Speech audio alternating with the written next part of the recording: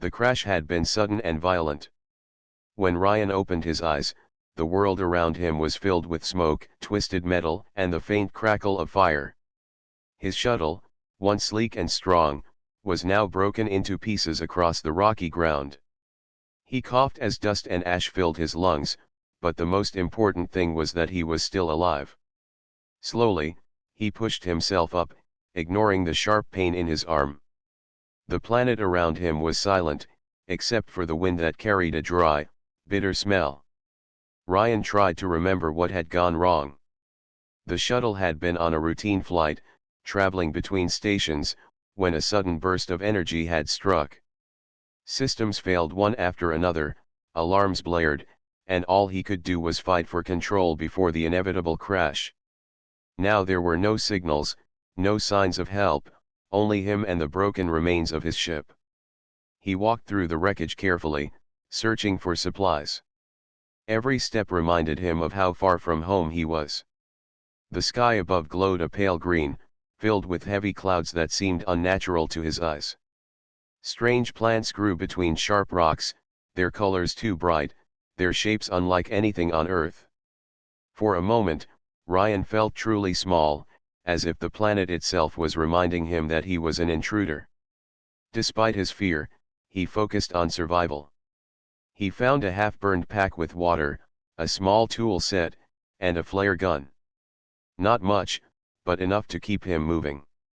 He looked at the distant hills, thinking that maybe higher ground could help him see more of this strange world. As he prepared to leave, he felt something. It was not the wind, nor the silence. It was the sense of being watched. Turning quickly, he scanned the wreckage and the rocks beyond. At first, he saw nothing, only shadows shifting under the green sky. But then his eyes caught movement. A figure, small and thin, was standing near the broken hull. It was not human. The figure stepped back when Rian noticed her. She was young, with delicate features and skin that glowed faintly in the dim light. Her eyes were wide, reflecting fear, yet also curiosity. She wore torn cloth, as if she had been hiding for a long time. Rian froze, unsure if she was a threat or simply another survivor. The alien girl said nothing. She hugged her arms close to her chest, watching him with caution. Rian raised his hand slowly to show he had no weapon ready. His voice was calm though his heart was racing. "I will not hurt you," he said softly, though he doubted she understood his words. Her head tilted slightly, as if trying to catch his meaning. Then, with hesitant steps, she moved closer. Rian noticed how thin she was, almost fragile, as if she had not eaten well in many days. Her eyes, though strange, carried the same look of fear and hope he had seen in human eyes before. He reached into the pack and pulled out his small bottle of water. Slowly, he placed it on the ground and stepped back. The girl watched carefully, then bent down to pick it up. She smelled it, tasted a small sip, and her shoulders eased with relief. For the first time, her gaze softened. Rian felt a strange sense of connection. She was no longer just a shadow in the ruins. She was real, alive, and just as lost as he was. He pointed to himself and said, "Rian." Then he tapped his chest again. "Rian." The girl blinked, then whispered something in her own language, a sound soft and musical. Though he could not understand, he knew she had shared her name. The silence of the wreckage now felt different. He was not alone. For a long moment, they simply stood there, two strangers from distant worlds, brought together by accident and survival. Rian wondered about her people, about what had happened to make her wander near this place. She seemed weak, yet there was a quiet strength in the way she stood, as if she had faced hardship before. As the green sky darkened, Rian realized night was coming. He needed shelter, and now he had someone else to think about. He pointed toward the broken shuttle, then gestured for her to follow. The girl hesitated but then nodded slowly. Step by step, she walked behind him, keeping a careful distance but no longer hiding. Inside the shuttle's remains, Rian cleared a small space and lit a faint light from the emergency lamp. The girl sat on the ground, still holding the water tightly as if it was the most precious thing in the world. For the first time since the crash, Rian felt a spark of hope. He was not meant to survive this alone. And maybe, just maybe, the presence of this mysterious girl meant that his crash landing was not only the beginning of a struggle, but also the beginning of something unexpected. That night, as the wind howled outside and shadows moved across the alien hills, Rian kept watch beside the dim lamp, his eyes often turning to the quiet figure curled up in the corner. She did not speak, but her presence filled the silence. For the first time since falling from the sky, Rian felt less like a stranger in the wreckage. He felt like he had found a reason to endure. The morning came with a pale light seeping through the cracks of the broken shuttle. Rian opened his eyes, his body stiff from sleeping on the hard floor. For a moment, he almost forgot where he was, but then the bitter smell of smoke and the quiet hum of the alien world reminded him. He turned his head and saw her. The alien girl was still there, curled in the corner of the shuttle wreckage. Her chest rose and fell with soft breaths, her face half hidden by strands of pale hair. She looked peaceful, but her thin frame told the story of struggle. Rian studied her for a moment, wondering what kind of life she had lived before their paths crossed. When she stirred awake, her bright eyes immediately fixed on him. Fear flickered there, but she did not run. Instead, she held the water bottle close, as if it was a treasure. Rian gave a small nod and tried to smile. "We need food," he said aloud, though he knew she could not understand the words. He tapped his stomach and made a face as if hungry. The girl tilted her head, then touched her own stomach with a faint nod. Even without words, the meaning was clear. They stepped out into the strange morning together. The green sky stretched above, and the wind carried sharp scents from plants and rocks.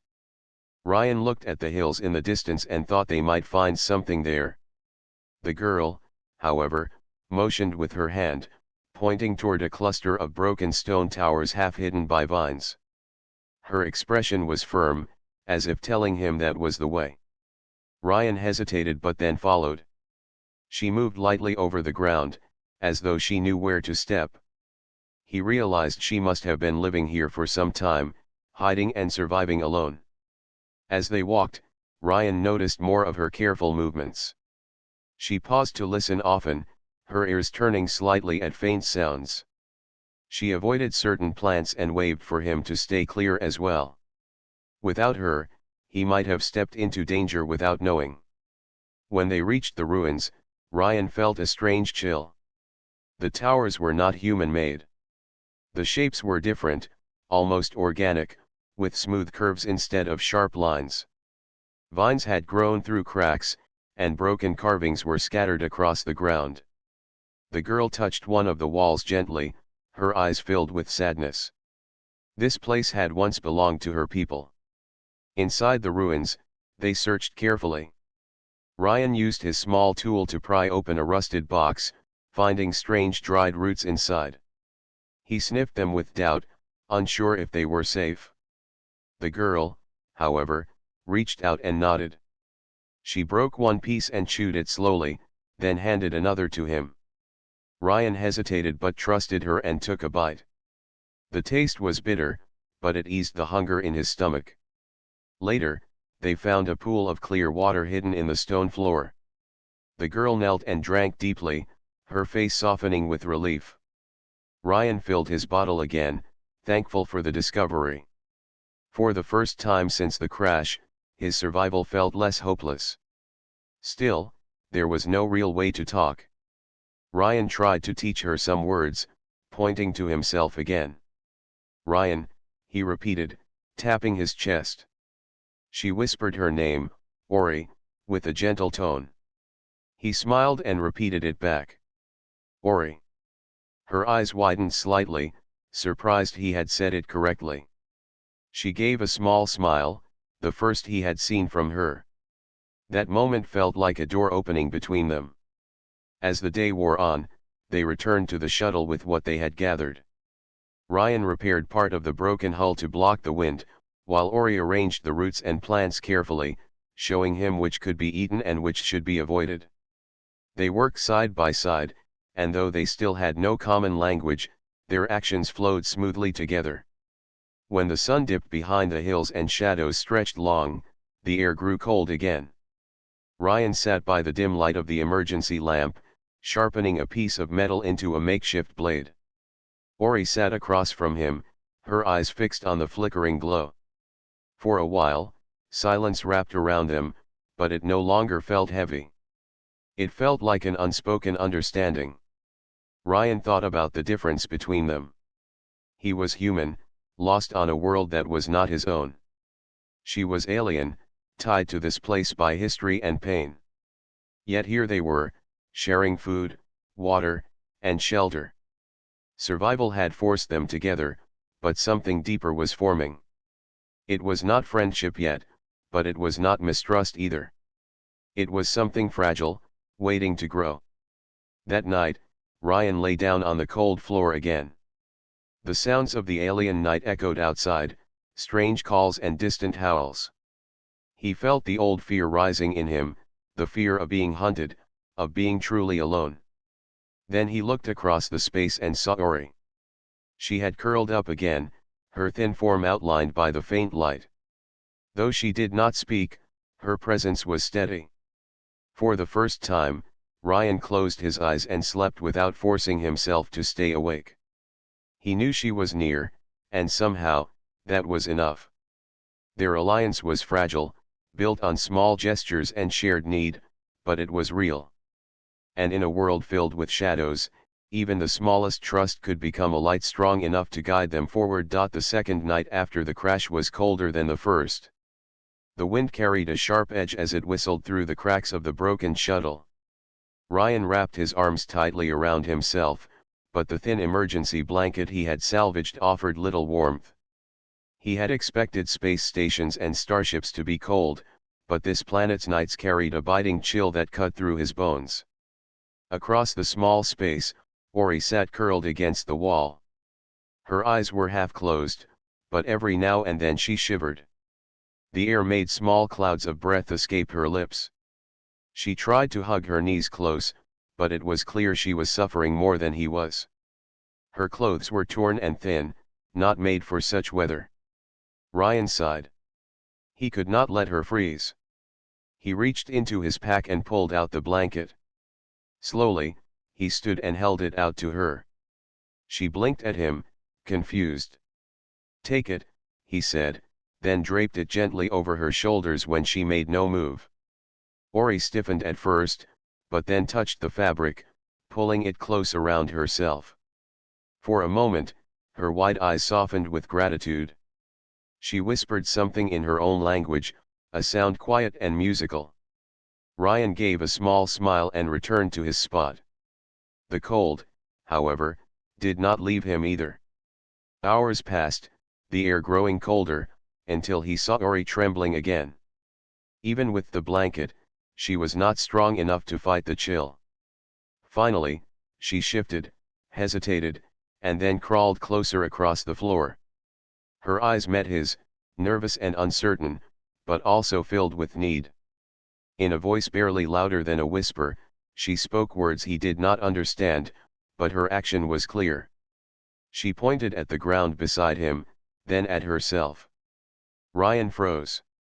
He understood enough. She was asking if she could stay near him, if he would allow her to share his warmth. For a moment, doubt filled his mind. They were strangers, barely beginning to trust one another. But when he saw her shivering form and the desperate look in her eyes, his hesitation faded. He nodded slowly. Auri moved closer, wrapping the blanket around both of them. She pressed lightly against his side, careful not to startle him. Her body was cold at first, but soon the shared warmth began to build between them. Rian felt the tension in her frame ease as she relaxed, her breathing growing steadier. Above them, through a gap in the broken hull, the alien sky opened wide. Stars shone brighter than he had ever seen from Earth. Some twinkled with strange colors, blue and violet, scattered across the green-tinted heavens. It was a view both beautiful and haunting, a reminder that he was far from home. Yet, with Auri beside him, it felt less lonely. They stayed in silence for a long while. The only sound was the wind outside and the steady rhythm of their breathing. Rian found himself staring at the stars, his thoughts drifting. He thought of his family back on Earth, of the life he had left behind, and of the unknown path ahead. Survival seemed uncertain, yet somehow less frightening now that he was not alone. Beside him, Auri shifted slightly. She looked up through the same gap in the hull, her eyes reflecting the starlight. She whispered something in her language again, her tone soft and filled with wonder. She raised her hand and pointed at a cluster of bright stars, tracing shapes in the air as if drawing constellations only she could see. Rian followed her gesture, curious. "Stars," he said, pointing as well. "Stars." Auri turned her head, her expression thoughtful, and then repeated softly, "Stars." The word was not perfect on her tongue, but it was clear she was trying. He smiled, repeating it again, slower this time, and she echoed him once more. For a brief moment, a small laugh escaped her lips, light and gentle. It was the first time he had heard her laugh, and it eased something heavy in his chest. They continued like that for a while, pointing and naming, her trying to repeat his words, him listening to hers though he could not understand. The exchange was clumsy, but it was real. Each word, each sound, was a small step toward a bridge between their worlds. As the night stretched on, Auri leaned her head lightly against his shoulder. Rian froze again at first, but then he let himself relax. The closeness felt strange but not unwelcome. He realized that survival was no longer the only thing binding them together. Something gentler was forming, something he could not yet name. Sleep came slowly, but when it did, it was the first peaceful rest Rian had found since the crash. The cold no longer bit into his bones. The silence no longer felt heavy. With Auri beside him, the alien night seemed less threatening. When dawn finally touched the sky, he opened his eyes to find her still close, breathing softly in sleep. For a moment, he simply watched her, wondering what twists of fate had brought them together. Two strangers, from two worlds, sharing warmth under the stars. Rian knew the challenges ahead were far from over. They still had no true shelter, no real food supply, and no way to call for help. Yet, as he looked at the girl resting against him, he felt a quiet strength rising within. They were no longer alone. And sometimes, even on the coldest night under an unfamiliar sky, that was enough to keep hope alive. The days passed slowly, and the rhythm of survival began to take shape. Rian and Auri worked together each morning, searching for food and clean water.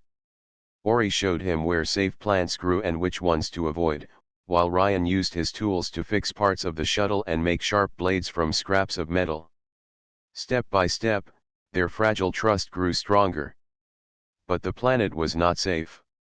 The nights carried more than cold wind and starlight. Sometimes, while they rested in the broken shuttle, Rian would hear distant cries echoing across the hills. They were not the cries of birds or simple animals. They were deeper, filled with hunger. Auri would tense whenever the sounds came, her eyes filled with worry. She never explained, but Rian understood well enough. Something dangerous lived out there. On the fourth night, the danger came closer. The evening began quietly. The green sky darkened, and Rian set up a faint lamp inside the wreckage. Auri sat nearby, breaking apart dried roots for their meal. For a while, it felt almost calm. But then the sound came. A low growl, distant yet heavy, carried through the air. Rian froze, his hand tightening on the piece of metal he had sharpened into a blade. Auri's face went pale. She whispered a word he did not understand, but her fear spoke louder than her language. The growl came again, closer this time. Then another answered it from the opposite side of the wreckage. The sounds circled like hunters. Ryan's heart pounded. He had seen movement in the distance before, shadows too large to be harmless, but this was the first time they had drawn near. Auri grabbed his arm and pointed toward a crack in the wall of the shuttle. She was urging him to follow her out. At first, Rian shook his head, wanting to defend their small shelter. But when the walls shook with a heavy thud, as if something had slammed against the outer hull, he knew she was right. The shuttle could not hold. They slipped into the darkness, the cold air sharp against their skin. Auri moved quickly, pulling him toward the ruins they had explored earlier. Her feet seemed to know the ground even in the dark, while Rian stumbled after her, clutching his makeshift blade and trying not to make noise. Behind them, the sounds grew louder. Heavy footsteps crushed rocks.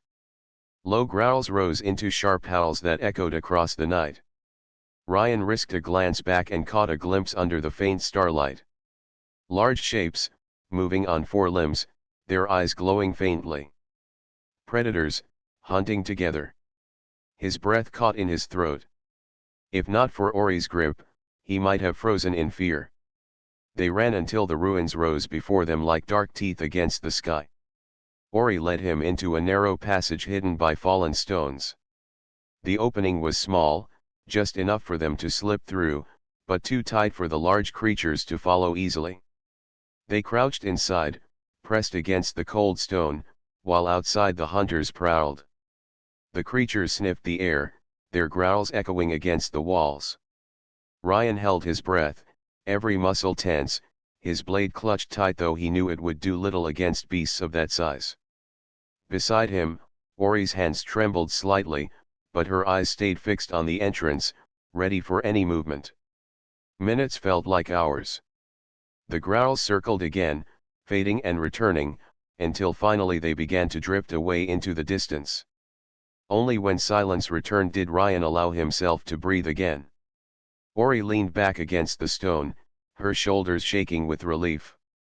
She whispered another word in her language, softer this time, perhaps a prayer or a thank you. Rian lowered his blade slowly, his heart still racing. They remained hidden until the sky began to lighten with dawn. When they finally stepped out of the passage, the wreckage of the shuttle could be seen in the distance. The metal walls were clawed and broken in places.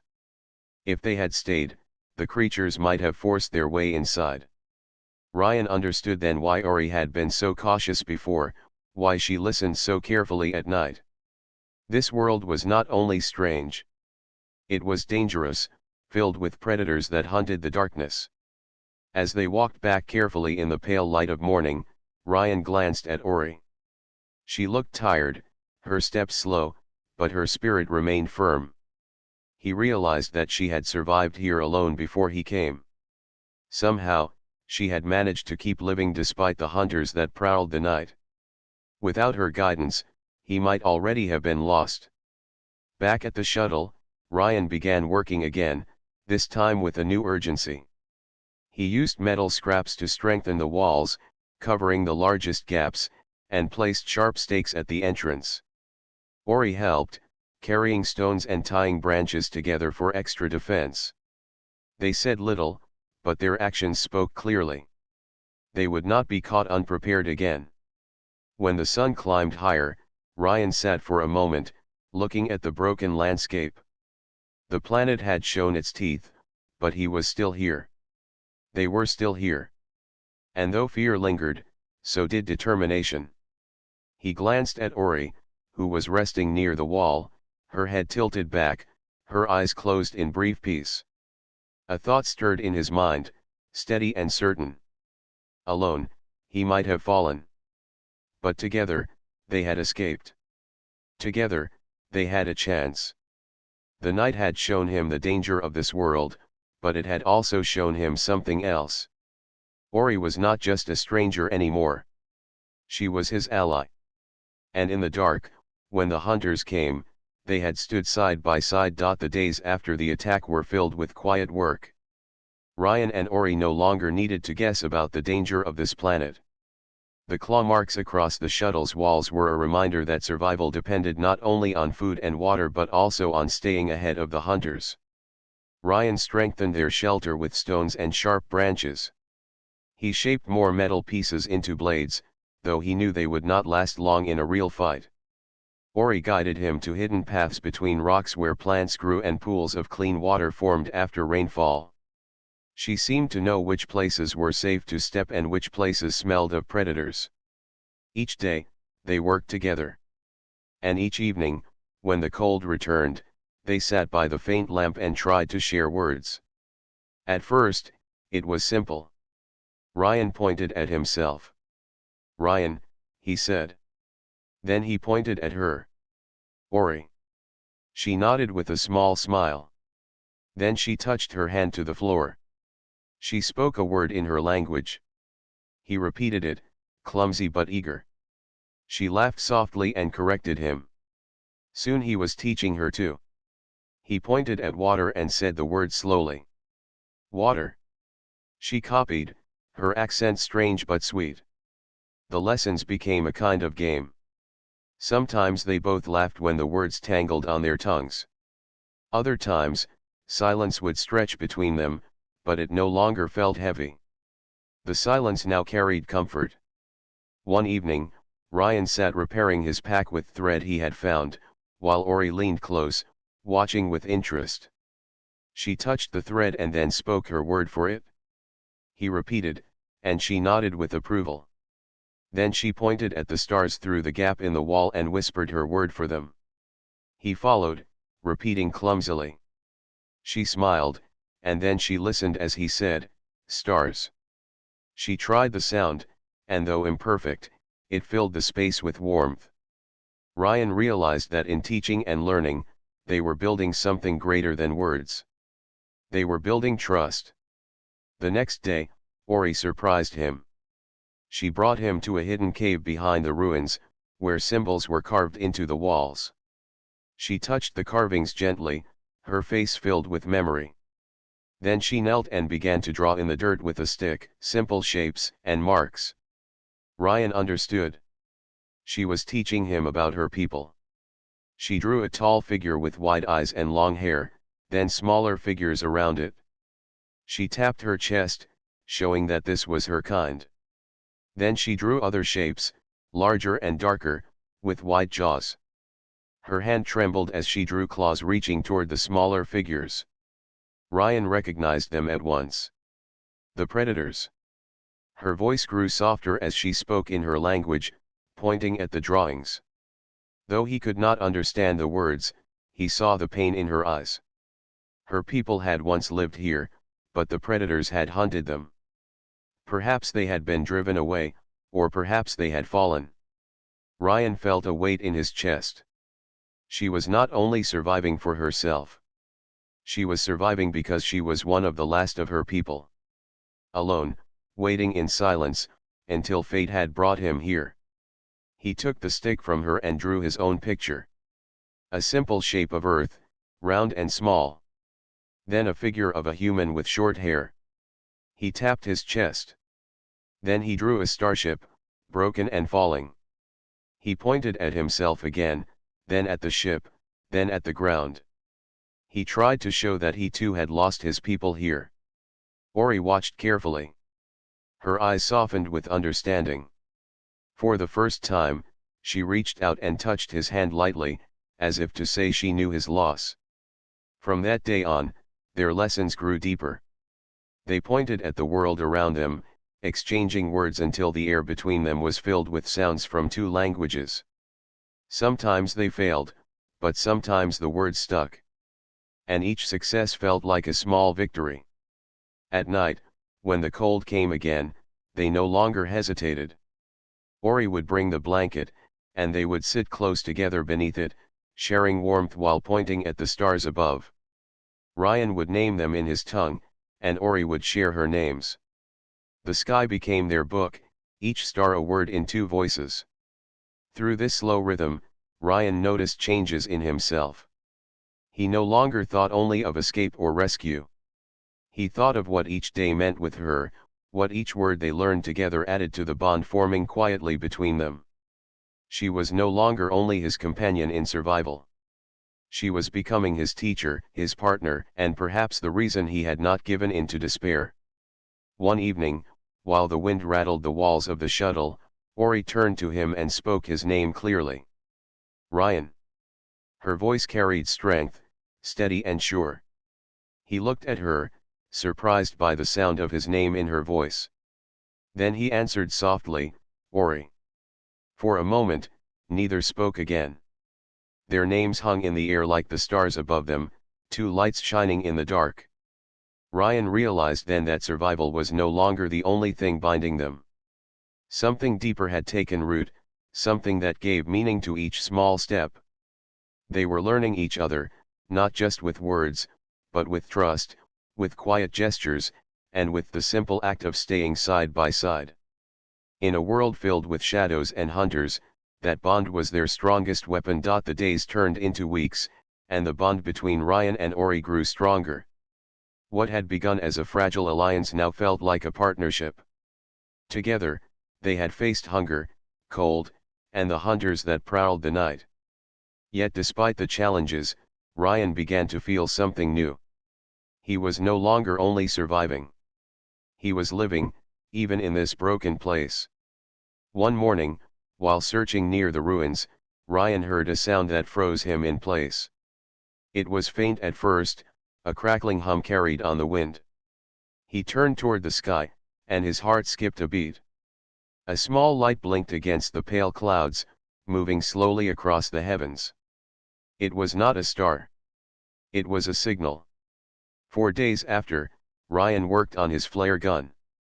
He checked the cartridges, polished the barrel, and tested the firing mechanism. If the ship above could see the flare, it might come down. It might rescue him. He could finally return to his people, to the familiar worlds and voices of home. But the thought was not as simple as it once would have been. Each time he looked at Auri, sitting by the firelight or pointing at the stars as she taught him new words, a knot tightened in his chest. Rescue meant leaving. And leaving meant she would be alone again. Auri noticed his change. She watched him as he repaired the flare gun, her eyes filled with quiet questions. One evening, she pointed at the gun and then at the sky. She spoke his name softly. Rian. Her voice carried more than a question. It carried fear. He sighed, setting the tool down. How could he explain? He tapped his chest, then pointed upward to the blinking light that sometimes crossed the night sky. Home, he whispered. Then he drew a small circle in the dirt, a shape for Earth, though she would not know the name. Auri stared at the circle, her face unreadable. Then she shook her head gently and pointed to herself. She drew her own symbol in the dirt, a simple star-shaped mark. Finally, she pointed at the broken shuttle and the ruins around them. Her meaning was clear. This was her world. She could not leave it so easily. Silence stretched between them. Rian felt the weight of two worlds pressing down on him. His heart ached at the thought of leaving her, yet the idea of ignoring the chance to return home filled him with guilt. He had dreamed of rescue since the crash, but now, the thought of rescue did not feel like freedom. It felt like a chain pulling him away from what he had found here. That night, as they sat close under the blanket, Auri did not speak much. She leaned against him quietly, her head resting on his shoulder. Her closeness told him everything her words could not. She did not want to be left behind. The next morning, Rian climbed the nearest hill to think. The world stretched wide before him, filled with jagged rocks, strange plants, and skies that glowed green. It was not Earth. It would never feel like home. But when he thought of Auri, waiting below, he felt something that Earth could not give him. He imagined himself on a human ship again, surrounded by voices that spoke his language, eating familiar food, seeing familiar stars. But in that picture, Auri was gone. The thought hollowed him. By evening, he made his choice. When he returned to the shuttle, Auri looked up with worried eyes. Rian knelt beside her and held out the flare gun. Slowly, he set it down between them. Then he shook his head. "No," he said firmly. She blinked, surprised. For a long moment, she did not understand. Then her eyes widened as realization touched her. She raised her hand and touched his arm lightly. "Stay," she whispered in her halting human word. "Rian, stay." He nodded. The fear in her face melted into something softer. Relief, perhaps even joy. That night, when the cold wind pressed against the shuttle walls, they sat together beneath the blanket. The stars shone above, strange and bright, but Rian no longer thought of them as distant reminders of what he had lost. They were now part of his world with her. He still did not know what the future would hold. Perhaps the predators would come again. Perhaps one day another ship would land, forcing him to decide once more. But for now, his choice was clear. He was not leaving her behind. In the silence of the alien night, Auri curled close to him, her presence warm against the cold. And for the first time since the crash, Rian no longer felt torn between two worlds. He had chosen his place, and it was beside her. The days after Rian's decision carried a new peace. He no longer lived in constant struggle with the thought of rescue.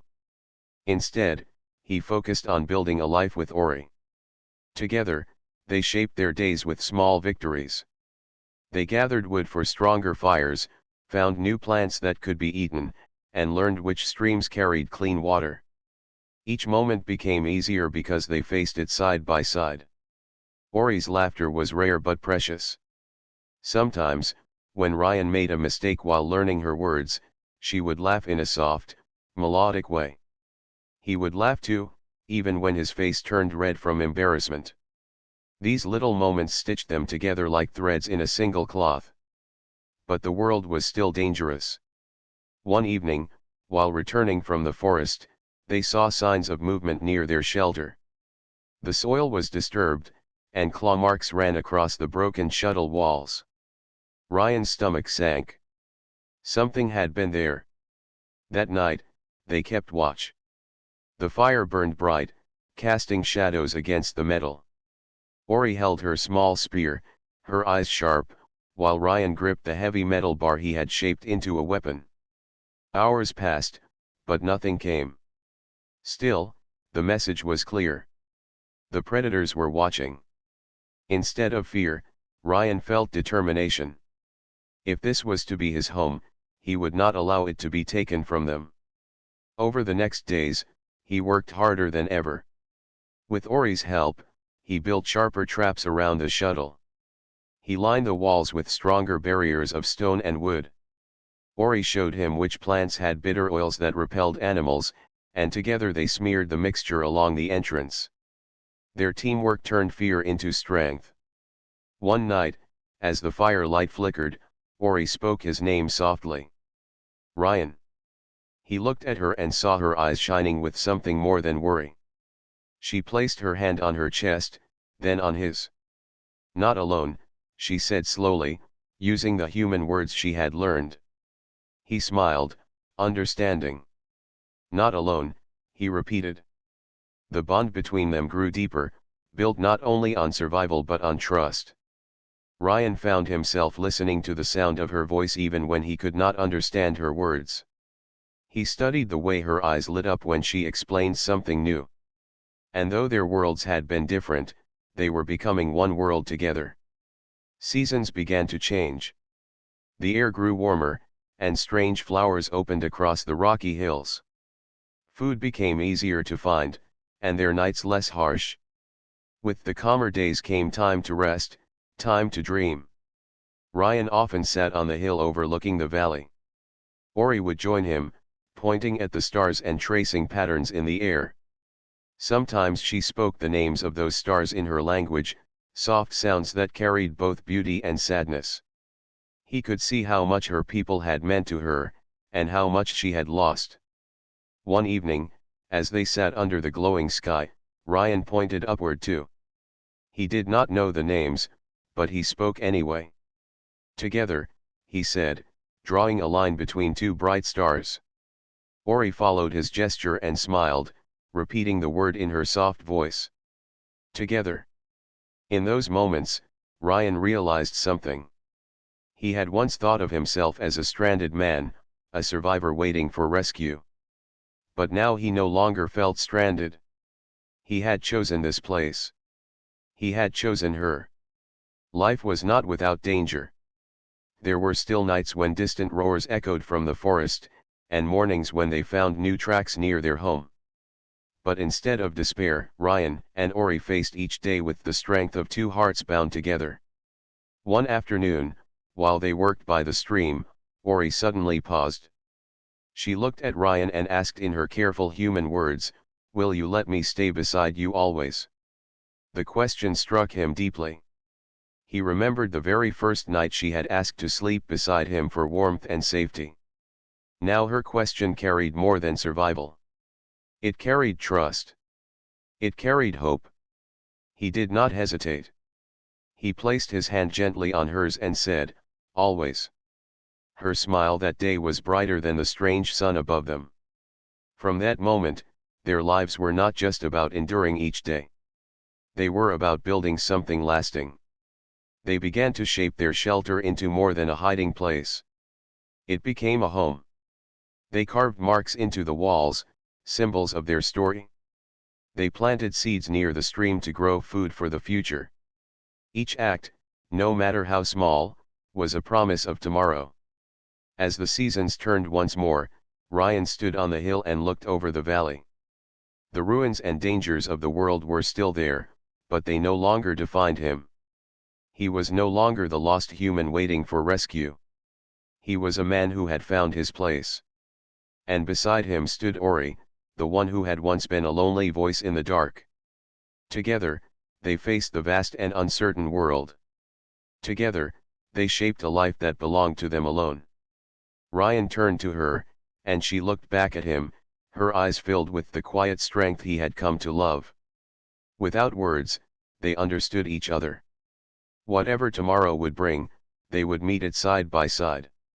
Always.